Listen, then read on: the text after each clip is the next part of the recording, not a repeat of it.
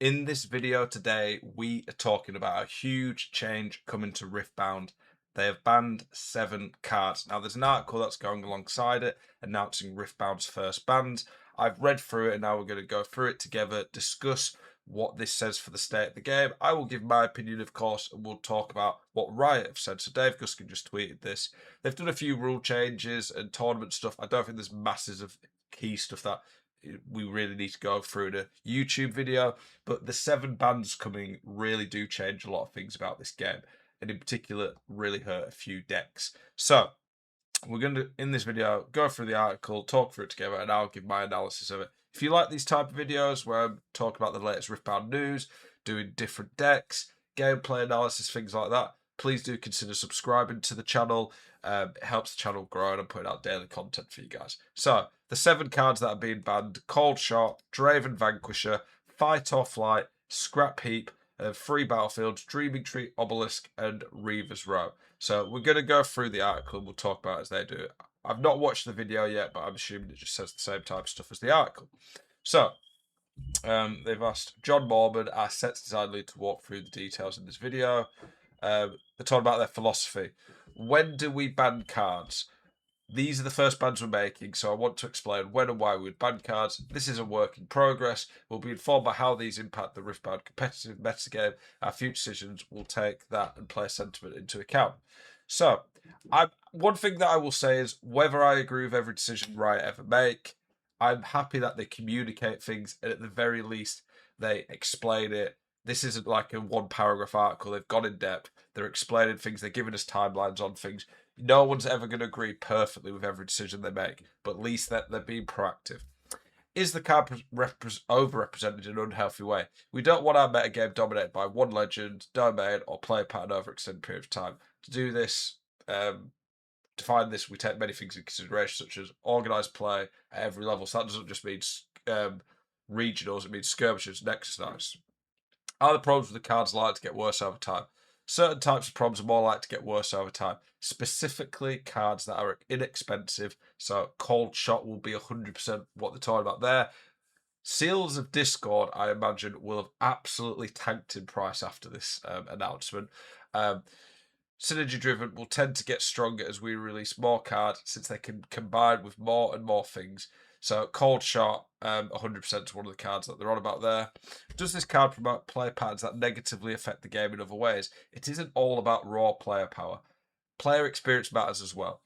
I'm really surprised when they say this, that Aurora's not been banned, because Aurora, whilst as of the first 2 sets, isn't like ban worthy in the sense of it breaking the game and it just winning every tournament, it's not a very fun player experience.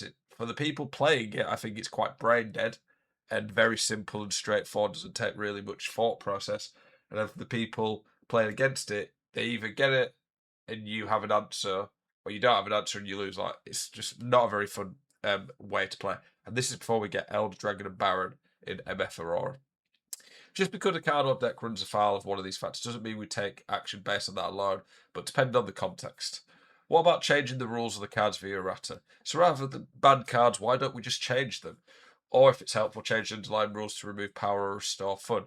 We do errata cards and change the rules over time. Riftbound is a game where new rules are added with every set, but the primary purpose of change like this is long-term health of the game. Either the rules can't support the content properly, changes must be made, or to clarify what's intended to happen with a card rule. We do not change cards or rules as a ban lever. What about restricting or otherwise limiting cards? When a specific card is a problem, limited or restricted, it can actually make the problem sharper. It can then come down to magnified randomness. So they're basically saying if Cold Shot was suddenly only restricted so you could have one of it in a deck, it'd feel really bad if you were playing it in a deck that had a key card in it, that you only had one copy and you've got 40 cards and then you see yours and they don't. I understand that. They're saying who knows what the long term holds, so maybe they'll do this in the future. But yeah, it's straightforward to describe. You can't play that anymore. It's a lot clearer than simply you can, but only under these circumstances. So these bans are very black and white. It's quite obvious. There can't really be any misconceptions about it. So if you turn up to a competitive event and someone's running a Cold Shot, you're like, it's banned. And blah blah. And it also means like if there's one copy, you're not suddenly saying, "Oh, can I search your deck?" and stuff like that. Miracle decks, they're saying how good these have been, and these decks also contributed to significant round delays, so they want their tournaments to actually run properly.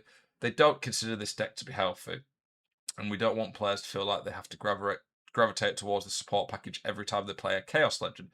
Every best of purple deck tended to be bar like Aurelia, and maybe Ezreal, I guess, but a lot of the purple ones like Teemo, Jinx, blah blah, just tended to be worse versions of Miracle decks. So because of this, we are banning Cold Shot and Scrap Heap, two cards that allow the player to filter their deck and get ahead on cards at a pace that's too efficient, effectively free. Cold Shot, I 100% agree on being banned. It should have at least cost 1 energy, 1 power, in my opinion, or 0 energy, 1 power, and then 1 energy, 1 power for the repeat. But in its current state, it's just too good. It really enabled the Miracle decks. Scrap Heap, I wouldn't have said needed to be banned, but I understand the logic. So, yeah, this Miracle decks are basically dead, in my opinion. I don't think anyone's going to run Miracle decks now. Could be wrong, but yeah, I agree with those for the most part. The second issue is power outliers. Other than the various Miracle builds, mid-range Draven deck has proven to be more prevalent and stronger than we'd consider healthy. Draven's not actually won that many events. However, he's been pretty dominant in the top 8 top cuts. Draven decks are more difficult to target because the obvious card providing power to the deck is the legend. If we ban a legend, we're essentially banning everyone from playing Draven. I mean, yeah. So banning a legend would be very drastic. Draven decks have a combination of a powerful legend, yep, a strong champion, the vanquish without the banning, and a highly efficient card pool. When I've played Draven mid-range and I get a stacked deck, it's a tough decision because every card is good. Most decks obviously run 40 cards that they think are good, but yeah. None of these elements would be concerning individually, but together they create a deck whose metagame presence and win rate are higher than we're comfortable with. To be clear, this is a very interesting sentence for them, and fair play to them for holding their hands up and saying this. To be clear, we made a mistake with Draven's Legend and the power of the Draven decks because making a new game is complicated and we've been moving fast. Like I say, fair play to Riot for saying that. Honestly, I don't think this Draven champion should be banned though. I think it should literally just be an errata to the legend that says, once a turn, you can tap it like any other legend and move on.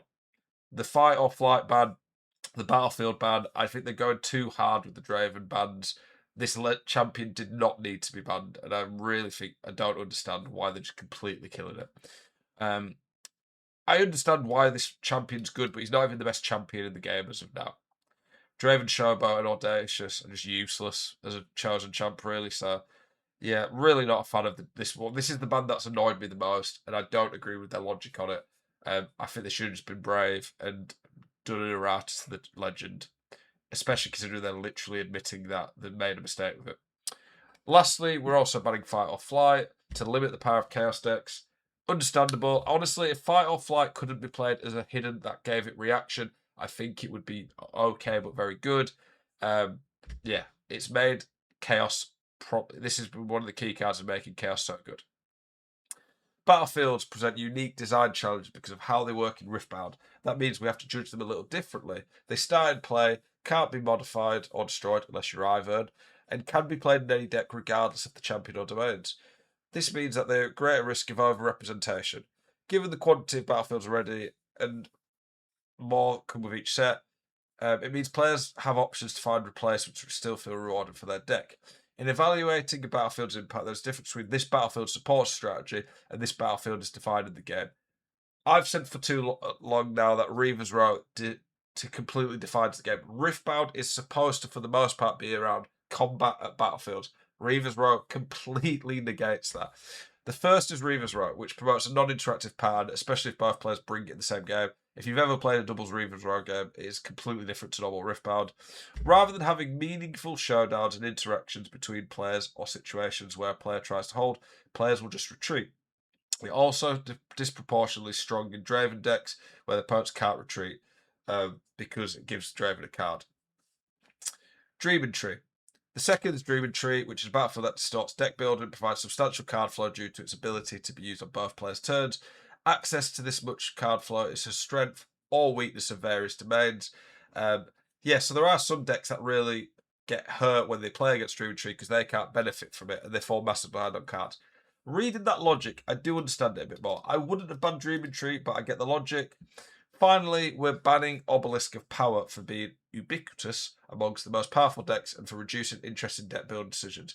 Obelisk was just always picked basically nearly every meta deck as a go second.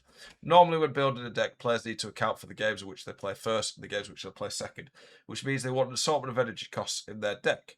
With Obelisk of Power, players can bypass this restriction and ensure they always hit the same breakpoints whether they go first or second, which reduces game diversity. For me, if Obelisk is being banned, they needed to do something to lessen the gap between going first and going second. I understand why Obelisk is being banned, but going first is already a significant advantage in Riftbound. So by completely taking away a battlefield that lessened that gap, it's only going to make going second feel even worse. So I really don't understand that with no other rules change to going first. Going first, you could have taken a draw away. You could have meant they got one less mulligan. I don't know, but just something different rather than make going second even worse. But the bans I do agree with definitely are Obelisk, Reavers, Cold Shot. So that's 3 out of 7. I'm like, yep, 100%. I could understand Fight or Flight and Dream and Tree. I wouldn't have banned Scrap Heap. And I definitely wouldn't have banned this Draven Vanquisher. I just think they should have just done something to the legend. I also feel like Aurora could be an absolute menace next set. And I think Aurora ticks off that it's toxic. It's toxic for other stuff in the game. And I really feel Stellar Chord has got away with it here. Stellar Chord is a slight nerf without Obelisk and Fight or Fly, I guess. And Dreaming Tree, maybe that's their logic. But Stellar Chord is an oppressive card that if you don't get rid of early, Aurelia wins the game. That is pretty much how it is. And a lot of decks don't have access to just getting rid of it. It should be if your deck doesn't have access to killing something that can move around constantly that you lose. So I'm a bit surprised at a few things that haven't been banned, but I appreciate Riot being proactive here. I appreciate they're explaining all the reason. I agree with most of the logic and reasoning. And whilst they've gone quite heavy, I think for the future of the game, this is a good sign that they're taking things seriously. And I am happy about that. I mean, of course, they're taking it seriously. That don't mean that as a throwaway comment, but they're being very good at communicating and being proactive. I'm interested to know what you all think about the bans. Do you agree with Riot's bans? Are there cards that you think they've missed that clearly should be banned? Are you thinking some of these cards shouldn't have been banned? Very interesting to hear what you all think. As always, keep it spicy. I hope to see you guys in the next one. Thank you for tuning in. Peace.